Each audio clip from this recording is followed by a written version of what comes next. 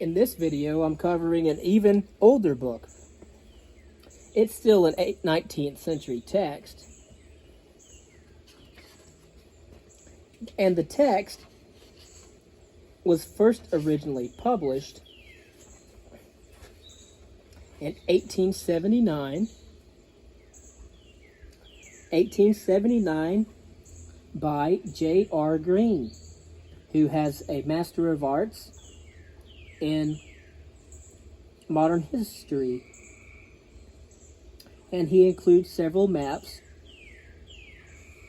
And this was a book that we mentioned in the historiography playlist section, and it was in the historiography of English literature.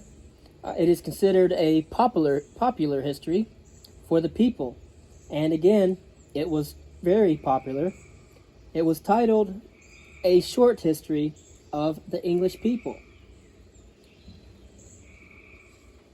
The copy that I have used to belong to the private library of Josephine Glidden in Panama, New York. Somewhere along the way, it was bought by Jerry Miller, and now it has come down to me.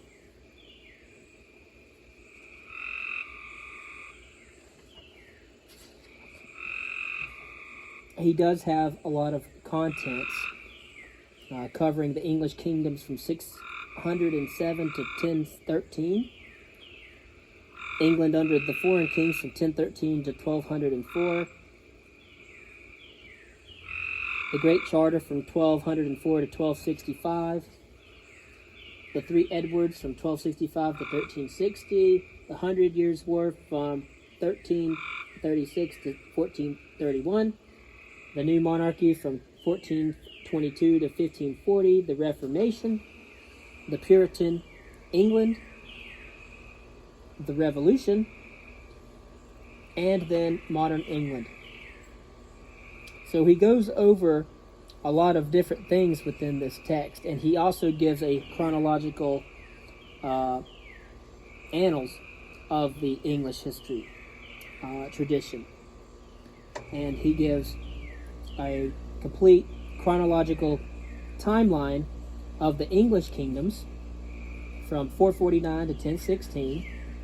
Again, England under the foreign kings from 1017 to 1204.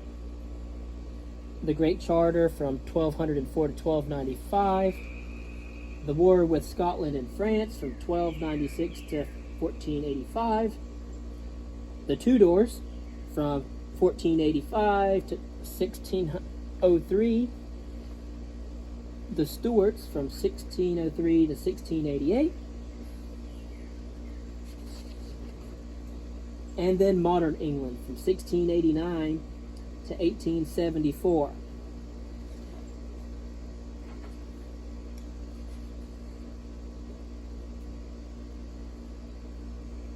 And the next reading, I will go over the complete chronological annals of English history.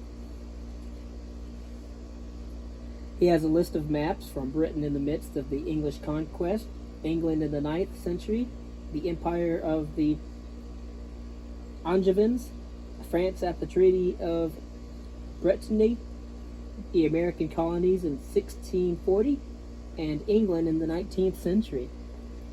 And so, Chapter 1 covers the Britain and the English conquest from 449 to 607, the Northumbrian overlordship from 607 to 685, the overlordship of Mercia from 685 to 823, Wessex and the Danes from 800 to 880, the West Saxon kingdom from 892 to 1013, the Danish kings in Chapter 2, the English Restoration from 1042 to 1066, Normandy and the Normans from 912 to 1066, the Conqueror from 1042 to 1066, the Norman Conquest from 1068 to 1071, the English Revival from 1071 to 1127,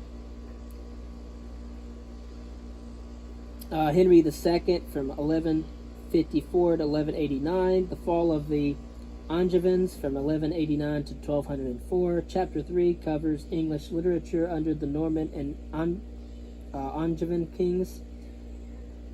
John from 1204 to 1215. The Great Charter from 1215 to 1217. The universities. Henry III from 1217 to 1257. The Friars and the Barons' War from 1258 to 1265.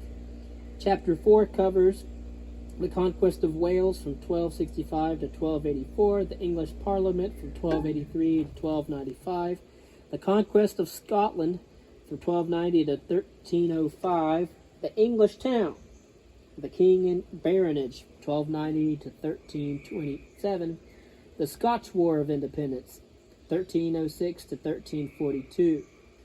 Chapter 5, Edward III, 1336 to 1360, the Good Parliament from 1360 to 1377, John Wycliffe, the Peasant Revolt, 1377 to 1381, Richard II from 1381 to 1399, and the House of Lancaster from 1399 to 1422. And as you can see so far, he's trying to have he's trying to find continuity by showing that there is by his periodization that there is a succession of events following the years. He also says in the preface that the aim of the work is to find as a history of, not of English kings or English conquests, but of the English people. And we'll have the English people to decide whether or not that is so.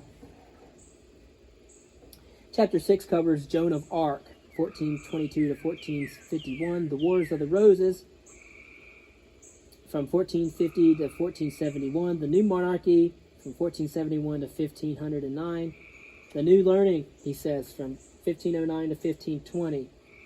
Then we have Wolsey, from 1515 to 1531, and Thomas Cromwell, from 1530 to 1540. Chapter 7 covers the Protestants from 1540 to 1553, the Martyrs from 1553 to 1558, Elizabeth from 1558 to 1560, and then England and Mary Stuart from 1560 to 1572. The England of Elizabeth, the Armada from 1572 to 1588, the Elizabethan poets, and the conquest of Ireland from 1588 to 1610. Then he moves on to chapter 8, starting with the Puritans from 1583 to 1603, the first of the Stuarts from 1604 to 1623, the King and the Parliament of 1623 to 1629, New England, the tyranny of 1629 to 1640, the Long Parliament from 1640 to 1644, the Civil War, July 1642 to August 1646. The Army and the Parliament from 1646 to 1649, the Commonwealth from 1649 to 1653, and the fall of Puritanism from 1653 to 1660. He then discusses in Chapter 9, England and the Revolution, the Restoration of 1660 to 1667, Charles II from 1667 to 1673, Danby from 1673 to 1678, Shaftesbury from 1679 to 1682, the Second Stuart tyranny from 1682 to 1688, William of Orange, the Grand Alliance from 1689 to 1694, Marlborough from 1698 to 1712, Walpole from 1712 to 1742, and then he begins chapter 10 discussing modern England, beginning with William Pitt from 1742 to 1762, the independence of America from 1761 to 1785, the Second Pitt, 1783 to 1789,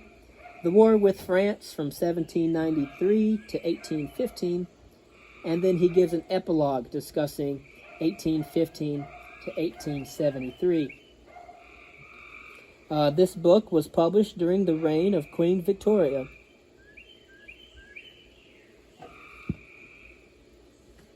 and it is called A Short History of the English People, a very important work in English historiography by J.R. Green.